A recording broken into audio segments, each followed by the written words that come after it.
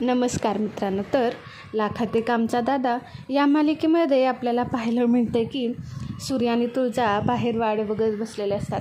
तेवढ्या तात्यांच्या रूममधून नर्स बाहेर येते आणि विचारते की पेशंटचे नातेवाईक कोण आहेत. तेव्हा सूर्या उठतो आणि म्हणतो की आम्ही आहे नातेवाईक. काय झालं? नर्स म्हणते की पेशंट आता पूर्णपणे बरा आहे, तुम्ही आता त्यांना भेटू शकता. तुळजा म्हणते की सूर्या तू आधी जाऊन भेट, मी बाकीच्या सगळ्यांना सांगून येते. सूर्या बरं बोलतो. तो तात्यांना भेटायला जातो आणि तुळजा आपल्या बहिणींना बोलवायला निघते.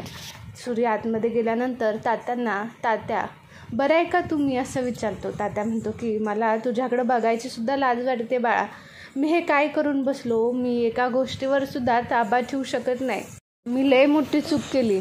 मी मगाशी सुटलो असतो तर तुम्हीसुद्धा रिकामा झाला असतात माझ्या तापातून. सूर्या म्हणतो की तात्या तुम्ही असं काय बोलताय.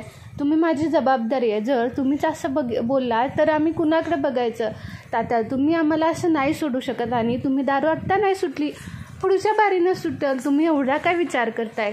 तात्या म्हणतात की सूर्या मी चुकलो, मला माफ कर, पण मी तरी काय करू, माझ्यावर ताबाच नाही आहे.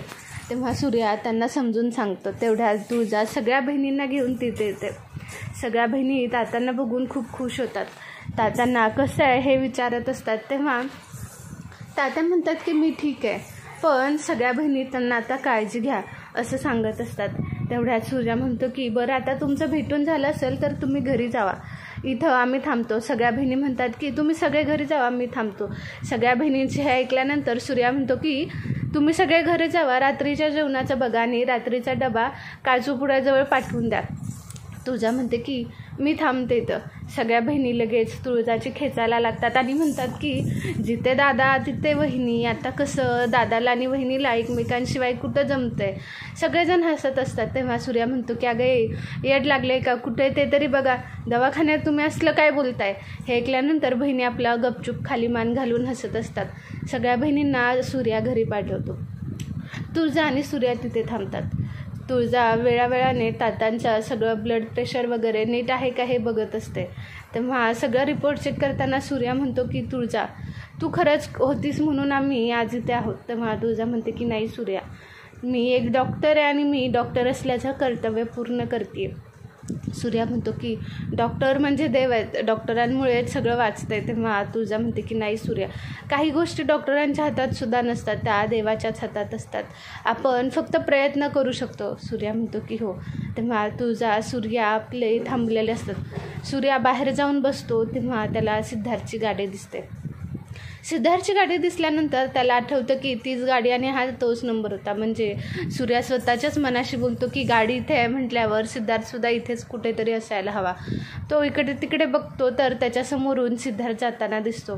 तो त्याचा पाठलाग करतो, पण इतक्यात सिद्धार्थ तात्यांच्या रूममध्ये शिरून त्यांची तब्येतीचं चेकअप करत असतो. सूर्या प्रत्येक वॉर्डमध्ये जाऊन सिद्धार्थला शोधतो, पण तो तात्यांच्या रूममध्ये शोधत नाही आणि तिथेच तो चुकतो. सिद्धार्थ तात्यांशी बोलतो, काय काका कशी तब्येत आहे तुमची, हीच 2 मुलं का. तेव्हा काजू पुढे म्हणतात की नाही, यांचा मुलगा दादा आहे, आत्ताच इथून पाय मोकळे करायला गेला, बोलवू का त्याला. तेव्हा सिद्धार्थ नको म्हणतो, काही गरज नाही आहे, फक्त तुम्ही आता काळजी घ्या. तेव्हा तात्या आज सिद्धार्थला विचारतात की आम्ही घरी कधी जाऊ शकतो. तेव्हा सिद्धार्थ म्हणतो की काय काका इतकी काय गडबड आहे, पूर्ण बरे तर व्हा, जाचालच की घरी. असं म्हटल्यानंतर सिद्धार्थ त्यांची काळजी घ्यायला होतो आणि तिथून निघतो. तो पुढे गेल्यानंतर त्याचं लक्ष आपल्या दुसऱ्या पेशंटकडे असतं. तेवढ्यात सिद्धार्थला एका मुलीची टक्कर लागते. ती म्हणते की अहो जरा बघून चाला ना. सूर्या म्हणतो की माफ करा, चूक झाली, माझी चूक होती. असं म्हटल्यानंतर तो तिला माफी मागतो. ती मुलगी सिद्धार्थच्या केबिनमध्ये शिरते आणि तिथे म्हणते की काय सिद्धार्थ कुठे आहेस तू. हे ऐकल्यानंतर सूर्याला हे सगळं ऐकायला जातं. तो हळूच दरवाजा उघडून बघतो तर आतमध्ये सिद्धार्थ आणि ती मुलगी असते. ती मुलगी सिद्धार्थला म्हणत असते की सिद्धार्थ हे असं किती दिवस चालणार आणि आज तू मला इथे कसं भेटायला बोलवलंस.